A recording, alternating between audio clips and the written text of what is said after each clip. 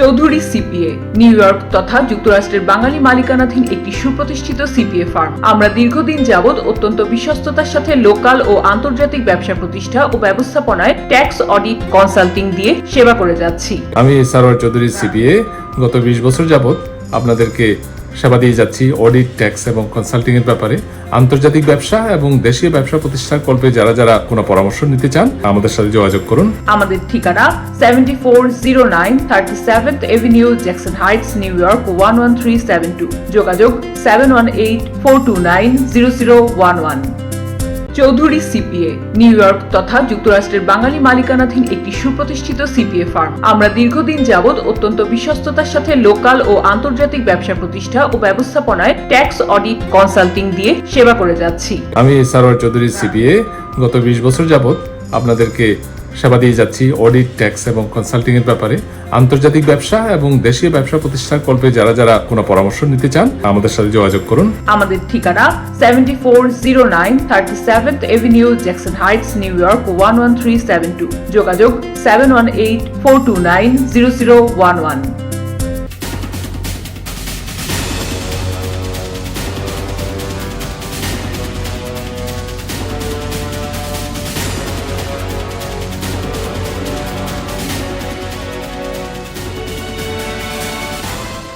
সুপ্রিয় দর্শক, channel I US এর আয়োজনে আপনাদেরকে স্বাগত জানাচ্ছি। আজকের যে অনুষ্ঠান সেটি হচ্ছে Chowdhury CPA USA tax and business. এই অনুষ্ঠানে আপনাদের সঙ্গে আছি আমি শামীম আল আমিন এবং আমাদের সঙ্গে আজকে অতিথি আছেন আমাদের অত্যন্ত জনপ্রিয় সিপিএ সারওয়ার চৌধুরী। স্বাগত জানাচ্ছি আপনাকে এই অনুষ্ঠানে। ধন্যবাদ শামীম ভাই।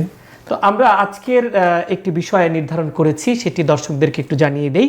ট্যাক্স রিটার্নে, আমেরিকার যে ট্যাক্স রিটার্ন, সেই ট্যাক্স রিটার্নে কিছু সতর্কতা অবলম্বন করতে হয়। বিশেষ করে রেড ফ্ল্যাগ কখন ওঠে এবং করণীয় কী, এটি একটি খুবই গুরুত্বপূর্ণ বিষয়। যারা দর্শক আছেন তারা জানি যে অনেকের মধ্যে এ নিয়ে অনেক প্রশ্ন, অনেকেই রেড ফ্ল্যাগের বিষয়ে ভয় পান, কিন্তু অনেক কিছুই করণীয় আছে এইসব বিষয়ে প্রতিরোধ, এবং কোনো কারণে হয়ে গেলে তখন এটি সমাধানের উপায় আছে। এসব নিয়েই আমরা কথা বলবো আজকে। সারওয়ার চৌধুরী, প্রথম প্রশ্নটি হচ্ছে আপনার কাছে, আমেরিকায় যে ট্যাক্স রিটার্ন, তো ট্যাক্স রিটার্ন তো প্রতি বছর আমাদেরকে করতে হয়, সেই জায়গাটিতে কি কি সতর্কতা মেনে করলে নির্ভুলভাবে আমরা এই ট্যাক্স রিটার্ন করতে পারি? ধন্যবাদ, এটা একটা সুন্দর প্রশ্ন। এটা একেবারে ট্যাক্স রিটার্ন প্রিপেয়ার অথবা ফাইল করার আগেই এই বিষয়টা নিয়ে চিন্তা ভাবনা করতে হবে। এখন তো ট্যাক্স সিজনের মোটামুটি 50% টাইম চলে গেছে, আর কিছুদিন বাকি আছে, এর মধ্যেই শেষ হয়ে যাবে ট্যাক্স ফাইলিং। তবে এর মধ্যে যারা এখনও ট্যাক্স ফাইলিং করেন নাই তারা সতর্কতা অবলম্বন করতে পারবে। কারণ দেখা যায় যে প্রতি বছর ট্যাক্স ফাইলিংয়ের সময় বিভিন্ন ধরনের প্রমোশনাল মেটেরিয়াল মানুষের সামনে আসে। আর তাছাড়া এখন যে সোশ্যাল মিডিয়া এত বেশি তৎপর যে আপনাকে অনেক ধরনের অফার তারা দিয়ে থাকে।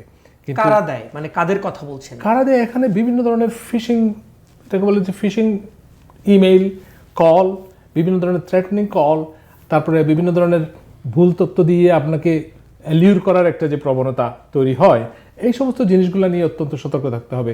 আমার কথা হচ্ছে যে আপনি যখন ট্যাক্স ফাইল করবেন আপনার জানতে হবে যে আপনি কার মাধ্যমে ট্যাক্স ফাইলগুলো করছেন। অনেক, যেটা বললাম যে সতর্কতার মধ্যে আরেকটা জিনিস আছে, মনে করেন এটা সোশ্যাল মিডিয়াতে বলবো যে অনেকগুলো জিনিস আছে বলে যে আপনাকে $20,000 tax refund is ready for you, আপনার এখানে চাপ দেন, এই লিঙ্কটা দেন, আমরা সব কিছু করে দিচ্ছি, আপনি জিরো ট্যাক্স চলে আসবে। সব কিছুই একটা হচ্ছে, এগুলো হচ্ছে ফিশিং। তার মানে তারা জানতে চায়, লোকজনের তথ্য চুরি করতে চায়। সেই জন্য সতর্ক থাকতে হবে, আপনার তথ্য ঠিক জায়গায়, যাদের মাধ্যমে ট্যাক্স ফাইল করছেন তাদের হাতে এই তথ্য সুরক্ষিত আছে কিনা, সেটাই। মানে আপনি বলতে চাচ্ছেন প্রথমত একজন ট্যাক্স যিনি রিটার্ন করবেন তাকে সঠিকভাবে তার কাগজপত্রগুলো জোগাড় যন্ত্র করে একজন দক্ষ, অভিজ্ঞ, বিশ্বস্ত ট্যাক্স প্রিপেয়ার অথবা সিপি এর কাছে যেতে হবে। এটাই তো আপনি বলতে চাচ্ছেন? এটা বলতে চাচ্ছি। আর অনেক সময় দেখবেন যে আপনি ফোন কল পাতে পারেন, এগুলো বলে ইম্পারসনেশন অফ আইআরএস কলস। তারা বলবে কি আপনি আইআরএস এর আপনার সোশ্যাল সিকিউরিটি নাম্বার হয়ে গেছে, হ্যাক হয়ে গেছে, আমরা এটা ভেরিফাই করতে চাই, এরকম করে একটা ফোন কল দিবে। আপনাকে বলবে যে আইআরএস এর তোমার এত টাকার একটা রিফান্ড এখন পর্যন্ত তুমি পাও নাই, সেটা রিলিজ করার জন্য তোমার ব্যাংক অ্যাকাউন্ট নাম্বারটা দিতে হবে, এই সমস্ত জিনিসগুলো। আর বলবে তোমার বাচ্চাদের সোশ্যাল সিকিউরিটি নাম্বারগুলো আমাদেরকে দাও, তোমাদের যে চাইল্ড ট্যাক্স ক্রেডিট বাকি রয়ে গেছে, এগুলো আমরা রিলিজ করব। সুতরাং যখনই আপনারা এই ধরনের কল পাবেন, এগুলোকে এন্টারটেইন করবেন না। প্রথমত শুধু এরকম না, আরও কিছু আছে, বলে যে তোমার রিফান্ড তো হওয়ার কথা ছিল $17,000, তুমি এখন আমাদের কাছে যোগাযোগ করো অথবা এই লিঙ্কটাতে চাপ দাও, আমরা ট্যাক্স রিটার্নটা তৈরি করে দেবো, তুমি রিফান্ড পাবে। এখন রিফান্ড যে পাবে, অনেক সময় দেখা যায় যে অনেক ট্যাক্স প্রিপারার যারা এই ধরনের অসাধু পন্থা অবলম্বন করে, তারা করে কি অনেক সময় আপনার ফেক W2 তৈরি করে ট্যাক্স ফাইল করে দেয়। এখন IRS অনেক সময় এই ট্যাক্স সিজনের সময়, সাংঘাতিক একটা বিজি সিজনে, অনেক সময় হয়তো ভুলে অনেক ট্যাক্স মানে নজর এড়িয়ে অনেকগুলো ট্যাক্স হয়তো ফেরত দেয়, কিন্তু 2-3 বছর পরে এগুলো কিন্তু ধরা পড়ে সবকিছু। সুতরাং সাবধান, কেউ যদি বলে যে আমরাই তোমার ট্যাক্স তৈরি করে দেবো, আমরা তোমার W2 দেবো, সব কিছু করে দেবো, সুতরাং ওই সমস্ত ফাঁদে আপনারা অবশ্যই যাবেন না। আমি ট্যাক্স যারা পেয়ার তাদেরকে এই ব্যাপারে সতর্ক করে দিতে চাই। এই IRS scam, tax prepare scam, এগুলো সম্পর্কে অবশ্যই আপনার সতর্কতা অবলম্বন করতে হবে। অনেক সময় আপনাকে কল দিবে অথবা আপনাকে ইমেল পাঠাবে, বলে যে তোমার স্টিমুলাস চেক একটা রেডি। কারণ সোশ্যাল মিডিয়াতে সবসময় চলছে এই যে ট্রাম্পের স্টিমুলাস চেক, অমুকের স্টিমুলাস চেক, রিবেট চেক, এগুলো অ্যাভেলেবল, কিন্তু অ্যাভেলেবল না। আপনি যখন ভিতরে যাবেন, আসল তথ্য যখন জানতে পারবেন, দেখবেন যে এগুলো অ্যাভেলেবল হয় নাই। এগুলো অ্যাভেলেবল হবে আরও পরে, যখন কংগ্রেস এগুলো পাস করবে তখনই অ্যাভেলেবল হবে। এই যে ভুল তথ্য দিয়ে মানুষের কাছ থেকে তথ্য নিতে চায়, এই সমস্ত ব্যাপারগুলো নিয়ে অবশ্যই স্ক্যাম সম্পর্কে সতর্ক থাকতে হবে। তার মানে হচ্ছে যদি IRS আপনার কাছে কোনো তথ্য জানতে চায়, তাহলে অফিসিয়ালি তারা চিঠি দেবে, তারা কখনো টেলিফোন করে আপনাকে আপনার ব্যক্তিগত তথ্য টেলিফোনে চাবে না। সুতরাং এটি প্রথম আপনারা একটু খেয়াল রাখবেন দর্শক। প্রথমত কোনো টেলিফোনে উত্তর দেওয়ার ক্ষেত্রে আপনারা সতর্ক থাকবেন, অবশ্যই আপনাদের CPA-দের কাছে পরামর্শ নেবেন। একই সঙ্গে সোশ্যাল মিডিয়ার তো অনেক ভালো দিক আছে, এই সোশ্যাল মিডিয়ার ভালো দিকের ভেতরেও আমরা যে একটু নেতিবাচক দিক সেটি আপনি তুলে ধরছিলেন, যেন সতর্ক থাকতে পারি আমরা, তাই তো? Social media and phone calls, অনেক সময় ফোনে আপনাকে বলবে যে তোমার social security number is suspended. আচ্ছা, যেটা জীবনে হইতেও পারে না, সাসপেন্ড হইতে পারে না আনলেস আপনি দুনিয়া থেকে চলে না যান। ট্যাক্স রিটার্নের সময় আপনি বলছিলেন যে আমাদেরকে সতর্ক থাকতে হবে অভিজ্ঞ একজন CPA বাছাইয়ের ক্ষেত্রে, পাশাপাশি আমরা যেন স্ক্যামের শিকার না হই সেটিও খেয়াল রাখতে হবে, আমরা যেন লোভের বশবর্তী না হই, অসাধু কোনো CPA এর পাল্লায় না পড়ি সেটিও খেয়াল রাখতে হবে। এবার আমার ব্যক্তিগত সতর্কতা কি কি প্রয়োজন, যে আমি কি সতর্ক হয়ে কাগজপত্র কোনগুলো জোগাড় করব, আমার জন্য কোনো তথ্য বাদ না পড়ে, এই বিষয়টা যদি একটু বলেন। আপনাকে জানতে হবে আপনি কোথায় কাজ করেছেন, কোনো জায়গাতে আপনি ইনভেস্টমেন্ট করেছেন কিনা, আপনার ব্যক্তিগত জীবনে কোনো পরিবর্তন এসেছে কিনা, আপনার কোন ধরনের কাজ করেছেন, আপনি কি W2-তে কাজ করেছেন নাকি 1099-এ কাজ করেছেন, এই জন্য জিনিসগুলো জানতে হবে। অনেক সময় দেখা যায় যে আপনার নামে একটা ভুল একটা W7 বেনিফিট অথবা BEN বলে এগুলো পাঠিয়ে দেয়, অনেক ফেক। কারা পাঠায়? এগুলো হচ্ছে গোস্ট প্রিপেয়ারার, এগুলো তো বলে গোস্ট প্রিপেয়ারার। তারা জানে যে আপনাকে যদি এলিউর করতে পারে, বলে যে তুমি যে ট্যাক্স দিচ্ছ, আপনাকে মনে করেন আপনি আমেরিকান সিটিজেন, আপনাকে বানিয়ে দিল একজন ফরেন ন্যাশনাল হিসেবে, বলে যে তুমি এটা করলে তোমার ট্যাক্স দিতে হবে না, যে ফরেন পিপলদের ট্যাক্স দিতে হয় না। তো এই সমস্ত জিনিসগুলো নিয়ে আপনাকে অত্যন্ত সতর্ক থাকতে হবে। কোথায় ছেলে আপনার কত টাকা ব্যাংকে জমা আছে এবং তার কোনো ইন্টারেস্ট পেয়েছেন কিনা। যেহেতু আমেরিকান ট্যাক্স সিস্টেমটা হচ্ছে বেসড অন ইনকাম, আপনি কত ইনকাম করলেন ওইটার উপর। এখন ইনকাম বলতে গেলে এটা প্রচুর এক্সপেনশন করা যায়। ইনকামটা কোথায় আপনি জিজ্ঞেস করতে পারেন, ইনকামটা কোথায়? ইনকাম কি আমেরিকায় নাকি বারমুডা নাকি? না, আমরা তো আমেরিকার ইনকামের বাইরেও যদি কেউ অন্য দেশ থেকে এসে থাকেন, সেই দেশের ইনকামকেও তো দেখানোর একটা নিয়ম আছে, এই বিষয়ে একটু যদি বলেন। সুন্দর প্রশ্ন। এইটা কিন্তু অনেকেরই প্রশ্ন এবং আমরা অনেকেই এটাকে ইগনোর করি এবং অনেকেই আমরা মনে করি যে এটা আর না দেখালে কি হবে। আসলে জিনিসটা হচ্ছে যে আমেরিকান সিস্টেমটাই হচ্ছে অনার বেসিস। আপনি এই সিস্টেমে একটু অনার করবেন এবং এইটার যে বেনিফিটগুলো আছে সেটা আপনি নিতে পারবেন। অনার বলতে সেটা বোঝাচ্ছি, নিয়মটা হচ্ছে যে আমেরিকান পার্সন বলছি এই জন্য যে আমেরিকান পার্সন কারা? আমেরিকান পার্সন হচ্ছে US citizen and green card holders. এখন তারা যে বিভিন্ন জায়গায় আমেরিকাতেও কাজ করে, বিদেশেও কাজ করে, বিদেশে প্রপার্টি আছে, ইনকাম আসে। এখন এটার কোনো কোয়েশ্চেন ছাড়া যদি বলতে চান যে আমার তো এই দেশে ইনকাম আছে, নিয়মটা হচ্ছে, আমি নিয়মের কথাই বলছি, ব্যতিক্রমগুলো বলছি না, নিয়মটা হচ্ছে যে as a US person you have to declare all your global income. সুতরাং সেটি যেন সবাই করে সেই পরামর্শ আপনি সেটা দিচ্ছেন। পরামর্শ দিচ্ছি, এটাই হচ্ছে নিয়ম। অনেকেই হয়তো আমরা ভুলে যাই অথবা ইগনোর করি, আচ্ছা, ওটা করি না। কিন্তু যেহেতু ট্যাক্স সিস্টেমে তাদের অন্য দেশের আইডেন্টিটি অথবা ট্যাক্স আইডেন্টিটি এদের কাছে জানা নেই, সেজন্য তারা এটা হয়তো অনেক সময় জানতে ধরতে পারে না। তবে আমার মনে হয় স্বচ্ছতার স্বার্থে অবশ্যই এটি আপনাদেরকে করতে হবে। যে বিষয়টি নিয়ে আমরা শুরু করেছিলাম মানে রেড ফ্ল্যাগ, তো এই ট্যাক্স রিটার্নের ক্ষেত্রে রেড ফ্ল্যাগ কি, কখন কোন পরিস্থিতিতে একটি প্রতিষ্ঠান কিংবা ব্যক্তির ট্যাক্স রিটার্নের ক্ষেত্রে রেড ফ্ল্যাগ উঠতে পারে? রেড ফ্ল্যাগ উঠতে পারে, মনে করেন প্রথমে যে বলছি কতগুলো fake W2 fake income statement, fake জিনিস, যখন ওই সমস্ত জিনিস দিয়ে যখন ট্যাক্স ফাইল করবেন, অথবা আপনি একটা ফেক বিজনেস দেখিয়ে যখন ডিডাকশন নেবেন, ওটা ফেক ডিডাকশন মানে ফেক বিজনেস বলতে যে কোনো একটা ফেক যেটার অস্তিত্ব নেই, এই ধরনের একটা জিনিস দিয়ে আপনি ট্যাক্স ফাইল করে ফেললেন, আপনি রিটার্ন পেয়ে গেলেন যথারীতি। কিন্তু পরে যখন এগুলো ম্যাচিং সিস্টেমে যায়, তখন যদি ধরতে পারে যে এটা আপনার ফেক বিজনেস, তখন এটা রেড ফ্ল্যাগ দিয়ে রাখবে। এখন পরে কোনো এক সময় আপনাকে এটা নিয়ে করসপন্ডেন্স একটা চিঠি পাঠাবে যে তোমার জিনিসপত্রগুলো নিয়ে আসো। অনেক সময় বিশেষ একেবারে আমরা প্রথম থেকেই বলতে পারি যে যাদের ব্যক্তিগত ব্যবসা আছে তারা কিন্তু এই আওতাটায় বেশি পড়ে। ব্যক্তিগত ব্যবসা বলতে যেটা বোঝাচ্ছি সেটা হচ্ছে যে পার্সোনাল বিজনেস। মনে করেন শামীম আল আমিন, ওনার কনসাল্টিং বিজনেস একটা বিজনেস আছে, হ্যাঁ। বিজনেস আছে। এখন উনি কনসাল্টিং বিজনেসে এত বেশি খরচ দেখিয়েছে যে ওনার যে অর্ডিনারি ইনকাম, যেটা অর্ডিনারি ইনকাম বলতে যেটা বোঝাই ডকুমেন্টেড ইনকাম, যেটা ডকুমেন্টেড ইনকাম যদি $100,000 হয়, উনি বিভিন্ন ফায়দা লুঠার জন্য এই কনসাল্টিং ইনকামটাকে একেবারে নাস্তা নাবুদ করে লস দেখিয়ে কনসাল্টিং ওনার যে রেগুলার ইনকাম যেটা আছে সেটাকে 10,000 20,000 লেভেলে নিয়ে আসলো। তখন কিন্তু এটা একটু রেড লেভেলে চলে আসে। বিশেষ আমরা আশা করছি কেউ এটা করবে না। কেউ এটা করবো না। আর তাছাড়া যখন স্কেজুল সি যারা করেন, স্কেজুল সি মানে সেলফ এমপ্লয়েড যারা, তারা একটু সতর্ক থাকবেন। তাদের ট্যাক্স ফাইলিংটা প্রথমেই একটা সিস্টেমের মধ্যে মধ্যে চলে আসে, একটা স্ক্রুটিনির মধ্যে চলে আসে।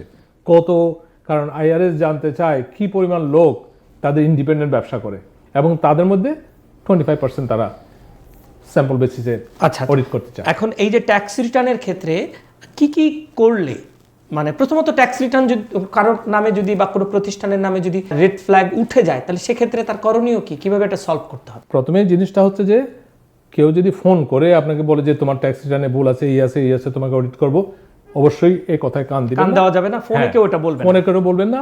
আপনারা অবশ্যই কোনো IRS এর চিঠি না পাওয়া পর্যন্ত আপনারা এটাতে কোনো ভয় পাওয়ার কিছুই নাই। IRS এর কাছ থেকে যখন চিঠিটা আসবে, IRS প্রথমে আপনাকে চিঠি দিবে এবং বলবে যে তোমার এই জিনিসটা আমরা একটু দেখতে চাই। আপনি যদি ওই জিনিসটা চিঠিটা নিয়ে আপনার ট্যাক্স প্রিপেয়ারার অথবা একজন CPA, একজন এনরোল এজেন্ট, ওর কাছে যাবেন, তারা তাদের যে অথরিটি আছে IRS এর সাথে কথা বলার, IRS এর সাথে যখন কথা বলবে, তারা কিন্তু জিনিসটাকে ক্লিয়ার করতে পারবে যে কি জিনিসটা মিসিং হয়েছে। তখন প্রথম দফায় এটা হলো করসপন্ডেন্স। তারপরে ওনারা একটা উত্তর চাইবে, উত্তরটা দিয়ে দেবো আমরা। উত্তরটা দিয়ে দেওয়ার পরে ওরা আবার আরও কিছু এক্সপ্লেনেশন চাইবে। অনেক সময় দেখা গেল যে অনেক জিনিস আমরা খরচ হিসাবে দেখাই IRS মানে ট্যাক্স প্রিপেয়ারাররা, যখন একজন ট্যাক্স পেয়ার আসে তখন বলে যে ভাই আমার তো খরচ হয়েছে কিন্তু আমি কোনো রিসিট রাখি নাই। আমার কথা হচ্ছে প্রথমে তো হচ্ছে রিসিটটা রাখতে হবে, কিন্তু পরে যদি আপনি তবুও যদি করতে না পারেন, তখন আপনার একটা কমন একটা প্র্যাকটিসে হিসাবে দেখাইতে হবে যে এইটাই তো নর্ম। একটা মনে করেন আপনি একজন উবার চালক, আপনি যে গাড়ি ধুবেন, এটা তো একটা নর্মাল ব্যাপার। সপ্তাহে যে একবার দুবার ধুবেন, অনেক সময় দেখা যায় যে আপনি ক্যাশে ধন কিন্তু কপি রাখেন না। এই জিনিসগুলো নর্মাল প্র্যাকটিস হিসাবে যখন আপনি বুঝিয়ে বলতে পারবেন, একজন অভিজ্ঞ CPA যখন এটা চিঠিটা লিখবে, তারা এগুলো অনেক সময় তারা মানে যদি তাদের সন্দেহ দূর হয় তাহলে তারা এটা অ্যাকসেপ্ট করবে। আর যদি না হয় তখন তারা পেনাল্টি ইন্টারেস্ট দিয়ে, মনে করেন যে আপনি যে বিভিন্ন আর্ন ইনকাম ক্রেডিট বিভিন্ন ক্রেডিট পেতেন, ওই সমস্তগুলো রিমুভ করে আপনার একটা বড় ধরনের বিল পাঠিয়ে দেবে। তখন আপনার করতে হবে যে আপনি তখনও আপনার CPA বা আপনার ট্যাক্স প্রিপেয়ারার ওইটার জন্য একটা রিকনসিডারেশন ফাইল করবে। রিকনসিডারেশনের যদি কাজ না হয়, তখন আপনি বলবেন আপনার কোন স্ট্র্যাটেজিটা ভালো হবে। আপনি যদি ওরা যদি রিকনসিডার না করে, তখন আপনি কি করবেন তখন আপনাকে কিন্তু ওরা বলবে যে তুমি কোর্টে যাও। কোর্টে যাওয়ার আগে তখন আপনার ডিউ প্রসেসে আপনি একটা হিয়ারিং করতে পারবেন। হিয়ারিংও যদি আপনি পরাজিত হন, তখন আপনার অফার ইন কম্প্রোমাইজ আছে, দিতে হবে। কিন্তু যাই হোক, এটা তো নিশ্চয়ই একটা প্রমাণ সাপেক্ষ সবকিছু, যে প্রমাণ কেউ সাপেক্ষ। অনিয়ম করেছে কিনা, করেছে কিনা। এবং আইন দ্বারাই তো আইআরএস Right. চলে। সুতরাং আপনারা যদি কোনো অনিয়ম না করেন, Right. তাহলে তো আর অনিয়মের এই অভিযোগগুলো উঠবে না। উঠবে না। ফলে সবাইকেই সতর্ক থেকে সততার সাথেই তাদেরকে এই ট্যাক্স ফাইলগুলো আপনার প্রমাণ করতে হবে যে আপনি আসলে ট্যাক্স রিডিউস করতে চাচ্ছেন, অথবা আপনি ট্যাক্স ব্রেক পেতে চাচ্ছেন, নট ইভেডিং ট্যাক্স। Right. আপনি ইভেড করাটা হচ্ছে আপনার অপরাধ, ক্রাইম, কিন্তু আপনি ট্যাক্স সেভিং করাটা অপরাধ না। না, সেটা আপনি বলছেন। আপনার আইনের ভাষায় যেটা আছে নিশ্চয়ই আপনারা সেই ব্যাখ্যা দেবেন, এবং বিশেষজ্ঞ হিসেবে আপনি সেটাই আমাদেরকে জানিয়েছেন। তো আপনার কাছে আরেকটি প্রশ্ন, তাহলে আগের প্রস্তুতিটা কি? হ্যাঁ, রেড ফ্ল্যাগ যেন না ওঠে। তো সবসময় যে এটা মানুষের হাতে থাকে না, অনেক সময় ভুল হয়েও যেতে পারে, আবার অনেক সময় র্যান্ডমও রেড ফ্ল্যাগ হতে পারে। হতে পারে। সেই সব ক্ষেত্রে সাধারণ মানুষের প্রিপারেশনটা কি? সাধারণ মানুষের preparation normal, it's not a rocket science. আপনার জিনিসপত্রগুলো রাখবেন, প্রত্যেকটা জিনিস যে আইটেম যে আপনি রিপোর্ট করছেন তার একটা ব্যাকআপ থাকতে হবে, তার প্রস্তুতি আপনার রাখতে হবে, আপনার ফাইলটা সবসময় হাতের কাছে রাখতে হবে।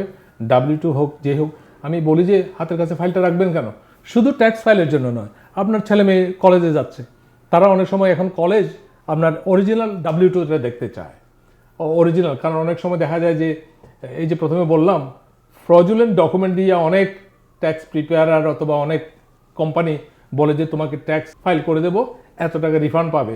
দেখা গেলো যে ওই যে W2 ওখানে দিয়েছে সেটা হচ্ছে আসল W2 না, অন্য একটা ভুয়া W2 দিয়ে আপনাকে ট্যাক্স ফাইল করে দিয়েছে। এখন ওইটা দিয়ে আপনি তো আপনার ছেলের কলেজে ভর্তি করাতে পারবেন না। এই জিনিসটা আসলে যারা মাতা পিতা তাদের কিন্তু একটু অ্যাওয়্যার হওয়া দরকার। আর তাছাড়া আমাদের এখানে অনেক শিক্ষক আছেন, টিউটর আছেন, তারাও কিন্তু ভালোভাবে জানে যে ছাত্রছাত্রীদের কোন কোন আইটেমগুলা অত্যন্ত গুরুত্বপূর্ণ স্কলারশিপ পাওয়ার জন্য অথবা গ্র্যান্ট পাওয়ার জন্য। কারণ ফ্যাপসা একটা ডকুমেন্ট, একটা সিস্টেম, যেখানে একটা ছাত্রছাত্রীর বেসিক ডেটা থেকে শুরু করে তাদের মা বাবার ডেটা থেকে শুরু করে সব কিছু স্টোর করা থাকে। তার মা বাবার ইনকাম কত, তার ইনকাম কত, সে কি ম্যারিড কিনা, সে কি সিঙ্গেল কিনা, তার অন্যান্য কোনো ইনভেস্টমেন্ট আছে কিনা, সব কিছু ওখানে থাকে।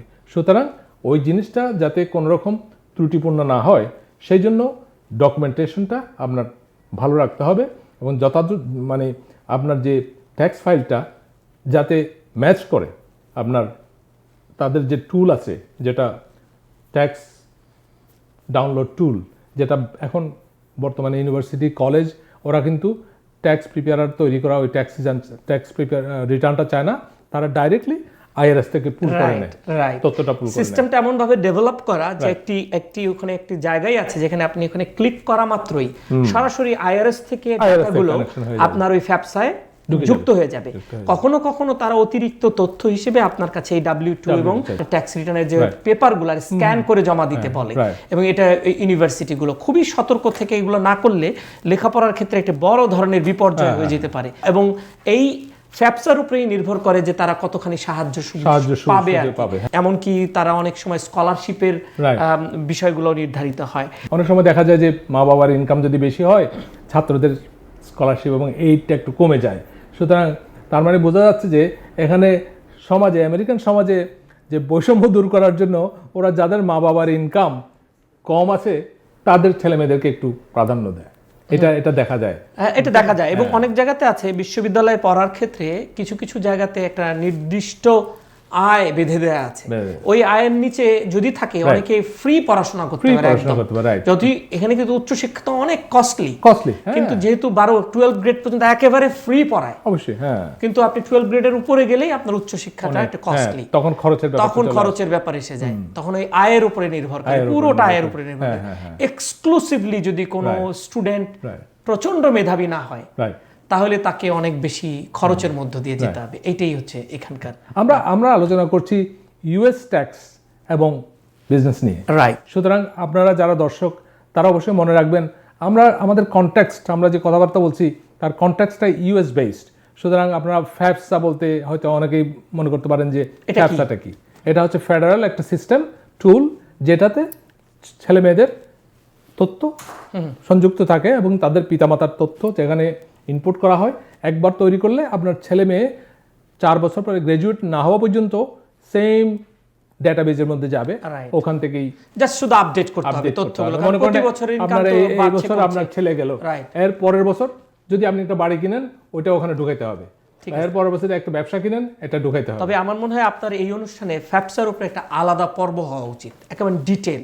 কারণ অনেক বাবা মা, এমনকি বাংলাদেশ থেকে যারা পড়তে আসে, এমনকি যারা এখানের সিটিজেন না, যাদের পার্মানেন্ট রেসিডেন্ট কিংবা অন্যান্য স্ট্যাটাসে আছে, প্রত্যেকের জন্য এটা গুরুত্বপূর্ণ যারা উচ্চশিক্ষা করতে চায়।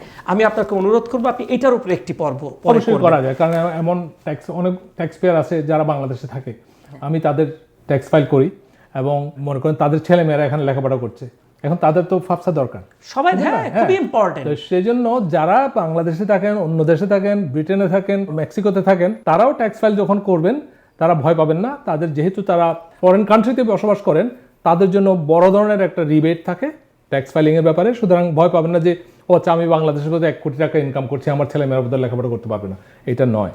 সেটা মানে এটার আইনগত দিকগুলো দেখার জন্য তো সরোয়ার চৌধুরী আছেন, আমি না, আরো অনেকেই আছে। সুতরাং আমরা চেষ্টা করি সবাইকে হেল্প করার জন্য। সেটাই। এবং আর শুধু দর্শকদের আরেকটি বলি, যারা নিউ ইয়র্কে বসবাস করেন স্টেটে, তাদের ট্যাপ বলে আরেকটি বিষয় আছে, ওইটাও আপনারা কিন্তু যথাযথভাবে পূরণ করলে নিউ ইয়র্ক স্টেটের উচ্চশিক্ষার ক্ষেত্রে আপনারা কিন্তু একটা অর্থ সহযোগিতা পাবেন। মানে এটাকে বলে স্কলারশিপ, এটা মেধা ভিত্তিক এবং একই সাথে আরেকটা জিনিস আছে, মনে করেন নিউ ইয়র্ক স্টেটের বসবাসকারী লোকজনদের ছেলেমেয়েরা যদি নিউ ইয়র্ক স্টেটে লেখাপড়া করে, তাদের কিন্তু টিউশন ফি অনেক কম, জিরো হয়ে যেতে পারে, অর্ধেক হয়ে যেতে পারে। এবং নিউ ইয়র্ক স্টেটে যারা বসবাস করে, যে কোনো ইউনিভার্সিটিতেই অলমোস্ট, বিশেষ করে পাবলিক ইউনিভার্সিটিগুলোতে, এটা তারা কিন্তু অর্ধেক একদম টিউশন ফি। এবং অন্যান্য স্টেটেও আপনি যদি পাবলিক ইউনিভার্সিটিতে যান, তো ওই স্টেটের বাসিন্দাদের জন্য অর্ধেক। আমি আবার এই প্রসঙ্গে একটা কথা বলতে চাই, আমি অনেক ট্যাক্স পেয়ারকে দেখেছি, তারা কিন্তু বেশ আমার অফিসে এসে আক্ষেপ করেন, বলে ছেলে তো নিউ ইয়র্কে থাকতে চায় না, সে চলে যায় ক্যালিফোর্নিয়া অথবা সে চলে যাচ্ছে নর্থ ক্যারোলাইনা, এখন কি করি, আমার তো অনেক ট্যাক্স দিতে হয়। আমি বলি যে ওখানে তো ভুল করছেন, ছেলেকে যদি মানিয়ে নিয়ে যদি বলতে পারতেন যে বাবা নিউ ইয়র্কে লেখাপড়া করো, নিউ ইয়র্কে করলে আমার এত টাকা বাঁচবে, অনেক টাকা বাঁচতো। হ্যাঁ, এটার সুবিধাটা করে যে যেহেতু সেই স্টেটে বেড়ে উঠেছে, তাকে একটা বিশেষ সুবিধা দেয়। আমাদের সময় আজকের জন্য শেষ হয়ে যাচ্ছে। সবশেষ কোনো কথা যদি আজকের এই অনুষ্ঠানের জন্য দর্শকদের বলতে চান? আজকে অবশ্যই তো ছোট্ট একটা অনুষ্ঠানে আমরা তো করে যাচ্ছি, হয়তো পরবর্তী অনুষ্ঠানে আমরা আরও কিছু আলাপ আলোচনা করব। কথা হচ্ছে যে রেড ফ্ল্যাগ যাতে না হয় সেই জন্য সতর্কতা অবলম্বন করবেন, আর যে জিনিসগুলোকে আপনি বিশ্বাস করেন সেই জিনিসগুলোকে নিয়ে আপনি ট্যাক্স প্রিপেয়ারের কাছে যাবেন, এবং কার কাছে যাবেন? যাকে আপনি চিনেন, যাদের অফিস আছে, যারা নিয়মিত তাদেরকে পাওয়া যায়, ফোনে পাওয়া যায় অথবা তাদেরকে অফিসে পাওয়া যায়, ওই ধরনের ট্যাক্স প্রিপেয়ারের কাছে যাবেন এবং তাদেরকে আপনার সমস্যাটা খুলে বলবেন। অসংখ্য ধন্যবাদ সিপিএ সরোয়ার চৌধুরী, আপনাকে আজকের এই অনুষ্ঠানে সময় দেওয়ার জন্য। প্রিয় দর্শক, আপনারা দেখছিলেন আজকের যে অনুষ্ঠানটি, সেটি আশা করছি আপনাদের অনেক কাজে দেবে। Chowdhury CPA USA tax and business এই অনুষ্ঠান থেকে আজকের মতো শেষ করছি। আপনি যদি আপনার সব তথ্য নিয়ে সৎ থাকেন, অনেস্ট থাকেন, তাহলে কোনো ক্ষেত্রেই আপনাকে ভয়ের কোনো কারণ নেই। তবে সতর্ক থাকতে হয় অনেক সময়, বাইরের কোনো কারণে আপনি যদি ট্র্যাপে পড়ে যান, সেই জায়গাটিতেই। আশা করছি আপনারা নিরাপদে থাকবেন এবং ভালো থাকবেন।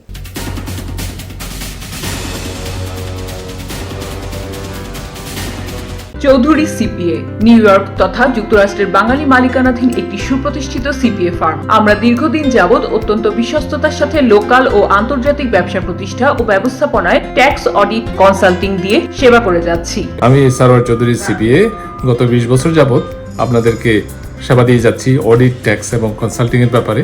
আন্তর্জাতিক ব্যবসা এবং দেশীয় ব্যবসা প্রতিষ্ঠার কল্পে যারা যারা কোনো পরামর্শ নিতে চান, আমাদের সাথে যোগাযোগ করুন। আমাদের ঠিকানা 7409 37th Avenue, Jackson Heights, new York 11372। যোগাযোগ 7184290011।